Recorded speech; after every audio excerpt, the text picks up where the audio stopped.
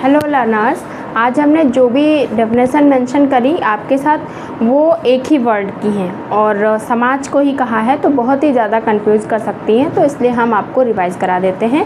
बहुत ही unique trick के साथ बताएंगे। तो ये डेफिनेशन किसकी है? सोसाइटी की। क्लियर?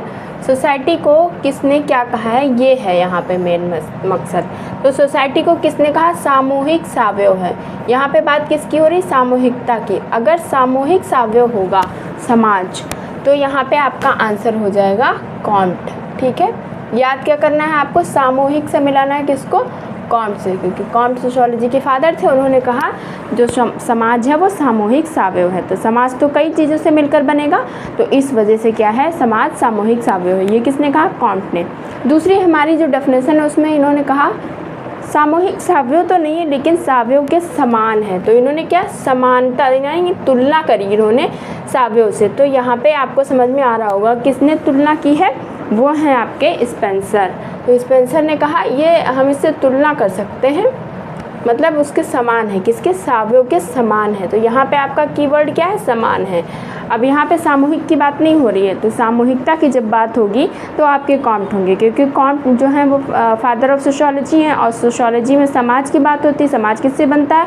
वो बनता है ग्रुप और कई सारी चीज़ों से मिलकर। तो सामूहिक सावयव होगा तो आपका होगा कॉम्ट, और अगर सावयव के समान होगा, तुलना होगी वहाँ पे, तो हो जाएंगे स्पेंसर। लास्ट वाला हमारा सावयव है। इन्होंने कहा ना समान है ना सामूहिक है, केवल डायरेक्ट कहा सावयव है।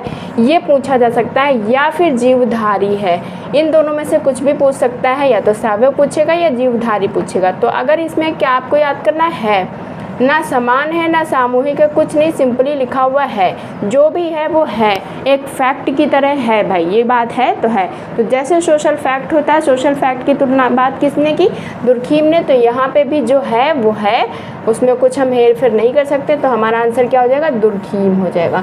तो मुझे लगता है बहुत अच्छे से आपको समझ में आया होगा। अगर सामूहिक सावयव होगा तो कॉम्ट, अगर तुलना हो रही होगी सावयव के समान तो स्पेंसर हो जाएंगे, और अगर फैक्ट यानी सावयव है, जीवधारी है, जो है वो है, उसको सोशल फैक्ट से रिलेट करके दुर्खीम को कर देना है, क्योंकि सोशल फैक्ट दुर्खीम का है।